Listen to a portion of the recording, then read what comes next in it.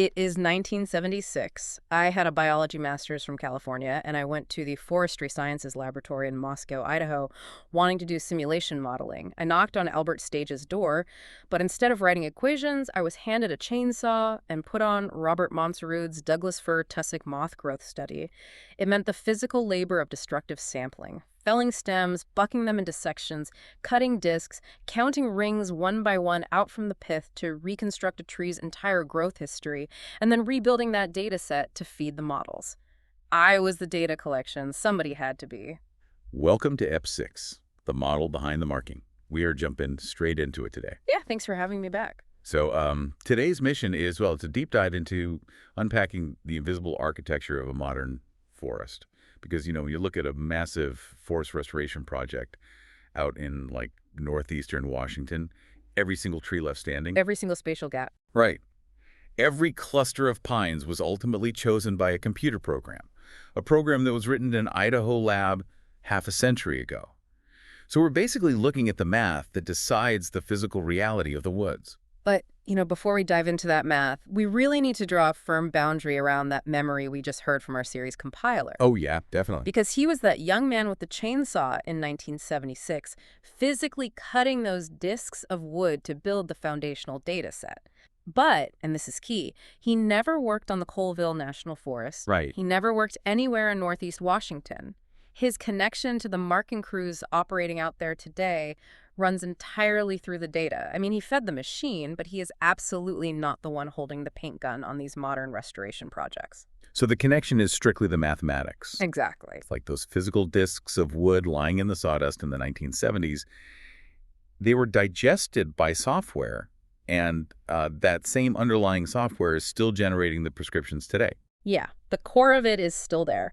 So in 1973, a quantitative silviculturist named Albert Stage published the Prognosis Model for stand development. And you got to remember, dozens of models were being built in that era. Which is a total boom in forest modeling, right? Oh, yeah. But Stages survived while all those competitors just faded away. And it survived because of three really highly specific design choices. First, it modeled individual trees. Meaning it didn't just, calculate a stand average. Right. It didn't just say, this acre has this much wood. It carried a digital list of individual stems and literally grew them one at a time.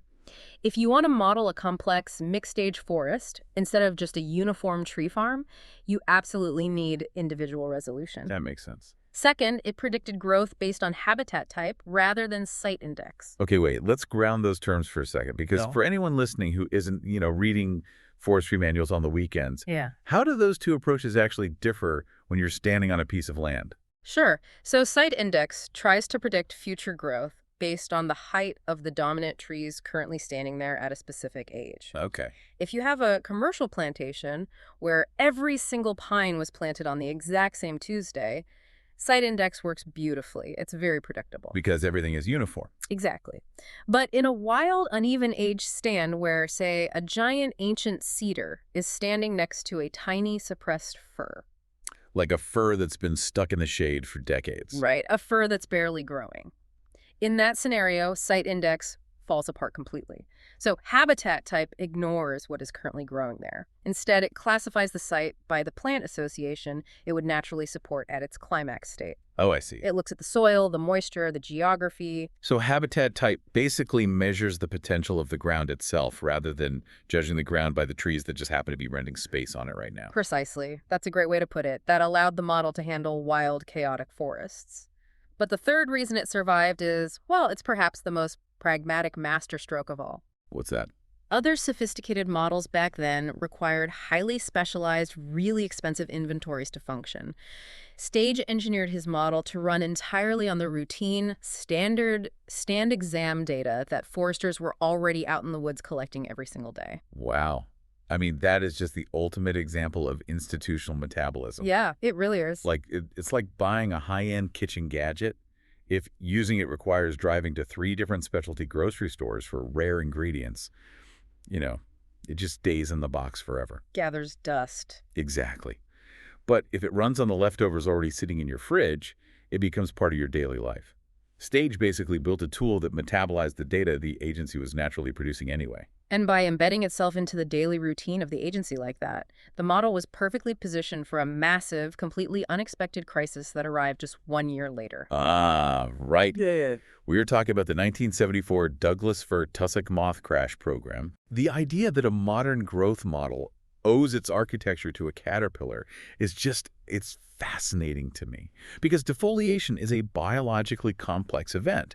I mean, a tree doesn't just instantly die or instantly heal when its needles are eaten. No, it doesn't. The moth basically strips the tree of its solar panels, so the tree is forced to divert emergency energy reserves just to stay alive. Right.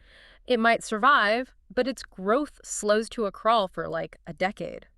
Or it becomes so weak that a bark beetle just easily kills it 5 years later. So the Forest Service desperately needed to know what a defoliated stand would look like 30 years into the future. They needed to see the long-term impact. Exactly. They needed growth trajectories, and the only instrument even capable of producing those trajectories was Stage's Prognosis Model. But wait, how do you get a tree growth simulator to understand insect defoliation? Like, how does the math actually work? Well, you build an insect model, and you literally bolt it onto the core growth engine. You just attach it. Yeah, they engineered a way for an external module to reach into Stage's program, modify the list of individual trees to simulate the defoliation damage, and then hand the list back to the growth engine. Oh, wow. So they accidentally created this pluggable extension architecture. I mean, the only reason we can bolt a modern fire behavior module onto this system today is because they needed a way to bolt a moth onto it in the 1970s. That is wild. The modularity we rely on today to fight modern megafires was funded by a caterpillar outbreak. Pretty much. So, let's trace this directly into the present day. Walk us through the digital workflow. How does that 1970s architecture actually generate a modern forest prescription? Okay, so field crews conduct a standard stand exam, right? Gathering data on species, diameters, heights. The leftovers in the fridge. Exactly. That data feeds into the modern version of Stage's engine, which is now called the Forest Vegetation Simulator, or FVS. Then a silviculturist writes a proposed treatment, maybe, thinning out the smaller trees to reduce a fire risk. And they input that as a keyword file. FVS then projects that forest forward in time, stepping ahead 5 or 10 years at a time. And concurrently, the Fire and Fuels Extension module calculates the fire risk at each step. Now, wait. We need to be aggressively precise with our vocabulary here, because when those fire risk numbers come out of the module, they look incredibly authoritative. I mean, they get printed in official government documents. But we have to distinguish between digital calculations and physical reality. We absolutely do. The silviculturist relies on those outputs to decide if the treatment is safe and effective. However, the modeled torching indices, the modeled crowning indices, and the modeled projected mortality are strictly mathematical calculations. They are model outputs. Yes, the modeled torching indices, the modeled crowning indices, and the modeled projected mortality are model outputs. They are not observations. They are highly educated extrapolations based on equations. Right. And eventually those modeled numbers, they have to leave the computer screen, they have to translate into the physical world, which brings in the human workflow. That's where the rubber meets the road. Because a marking crew walks into a unit carrying a marking guide, which basically translates the model's complex outputs into instructions for a person holding a clicker and a tally card. And the psychological friction here is just amazing to me. Oh, it's fascinating. Like, the crews actively have to be told to occasionally walk 40 to 80 feet without retaining a single leaf tree. They are being ordered to create deliberate emptiness, Which fights against every instinct a traditional forester has. I mean, professional forestry training wires the brain for even spacing. When a forester looks at an 80-foot gap of bare dirt, their visual bias just screams to fill the void. Yeah, they want to put a tree there. They want to leave a tree there just to balance the landscape. You literally have to force human beings to deliberately make gaps. And you have to, because that human bias toward uniform spacing destroys the clumpy, gap-filled structure needed to stop a modern wildfire. The model is relied upon specifically to overrule the bias of the human eye. But relying so heavily on a computer program to overrule human judgment requires us to ask, how accurate the underlying engine truly is. Right. So let's evaluate that accuracy, because we have a direct chain from destructive sampling in 1976 to a modern paint gun. How solid is the mathematics connecting them? Well, in 2023, researchers Herbert, Fried, and Butzik published a pivotal validation study. And they did something the scientific community desperately needed. They rigorously tested FES against physical reality. Oh, okay. They used roughly 3,000 remeasured plots in undisturbed stands located in California. Okay, wait, let's establish the guardrails on that study right now. Because if you're listening, you must contextualize this finding. This validation was conducted on plots in California. It was measured over a 10-year horizon. We must never generalize this 27% finding to Washington state, where it was never tested in this manner. Never. Do not take this finding and map it onto the Colville National Forest. Maintaining that scientific boundary is crucial. But within its verified context, meaning California, over a 10-year period, the finding was stark. FVS overpredicted live tree carbon growth by 27% on average. 27%. Yeah. And in one specific geographic subset, the Klamath Mountains variant, it overpredicted carbon growth by 44%. Wow, to put that in everyday terms, if a physical forest actually absorbed 100 tons of carbon from the atmosphere, the computer program confidently reported to the government that it absorbed 127 tons. It basically thinks the trees are doing a significantly better job growing and fighting climate change than they actually are. And the direction of that bias creates a massive irony in environmental policy. Because this overprediction occurred in undisturbed stands, it unintentionally flatters the no-action alternative during an environmental review. Okay, walk us through the logic of an environmental review there, because how does a modeling error actually favor doing nothing? Well, when an agency proposes thinning a forest, they must compare the carbon impact of that logging action against the alternative of simply walking away and leaving the forest alone. Right, the no-action alternative. Exactly. So if your computer model systematically hallucinates an extra 27% of carbon storage in an undisturbed forest, the do-nothing option looks incredibly beneficial on paper. The agency is not secretly manipulating numbers to justify cutting down trees. The tool itself is artificially inflating the climate benefits of walking away. So it reveals that the carbon accounting in these official decision documents is built on highly elastic mathematics. Oh, really, though? And that 27% overprediction is just one symptom, right? Because the modeling community is remarkably transparent about 4 structural limitations built into the core of FES. Very transparent, yeah. So let's run through them. The first limitation is that the model is empirical, not mechanistic. What does that mean? A mechanistic model attempts to simulate the actual biology of a tree. It calculates photosynthesis rates, hydraulic pressure, pulling water from the roots, cellular respiration. Like the actual plumbing of the tree. Right. FES does none of that. It is empirical, meaning its equations are purely statistical curves fitted to how trees behaved on plots measured in the 20th century. It basically knows that a tree of a certain size in a certain soil grew a certain amount in, say, 1976. But if it relies purely on statistical curves from the 20th century, how does it handle a 21st century mega drought? It struggles immensely. I mean, when you ask it to project forest growth into the year 2100, you are forcing the model to blindly assert that 20th century climate relationships will hold true in a drastically hotter, drier world. It lacks the biological mechanisms to understand heat domes or permanent moisture deficits. That leads directly into the second limitation. The core model is distance independent, meaning if the program only carries a list of individual trees, it doesn't actually plot them on an XY coordinate grid. Right. It calculates competition based on the total density of the stand, but it has no spatial awareness.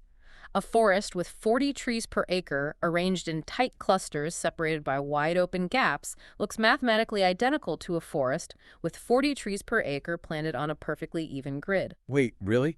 That's crazy. It's like trying to arrange a seating chart for a wedding using only an alphabetical list of names without actually knowing where the tables are located in the room. That's a perfect analogy. Like you might know how many people are in the building, but you have no idea who is sitting next to whom. So how can the Fire and Fields extension calculate the spread of a fire if it cannot see the 80-foot gaps the marking crews are out there painting? Well, it calculates fire risk using canopy bulk density, which basically takes the total mass of the pine needles and branches in the stand and averages it across the entire acre. So it just smears it all together. Yeah. It smears the fuel into a uniform, continuous paste. It mathematically averages away the exact spatial discontinuities, those deliberate empty gaps that restoration prescriptions rely on to stop a fire from spreading canopy to canopy. The The model mathematically erases the very solution it is being used to design, Exactly. which perfectly explains the third limitation. The crown fire modeling itself is weak. And to be clear, the Forest Service modelers themselves have published this in peer-reviewed literature. Oh, they are very candid about it. Crown fire, when fire moves through the tops of the trees, is a fluid, dynamic process driven by complex convective heat transfer and fire-atmospheric interactions. Right, a massive fire creates its own weather system. Exactly. And the equations in the fire module do not account for those complex fire-atmosphere dynamics. They state plainly that crown fire is poorly understood. Yet, the modeled torching indices and the modeled crowning indices are often treated as concrete certainties by the time they reach a final environmental impact statement. So we have an empirical model using outdated climate curves.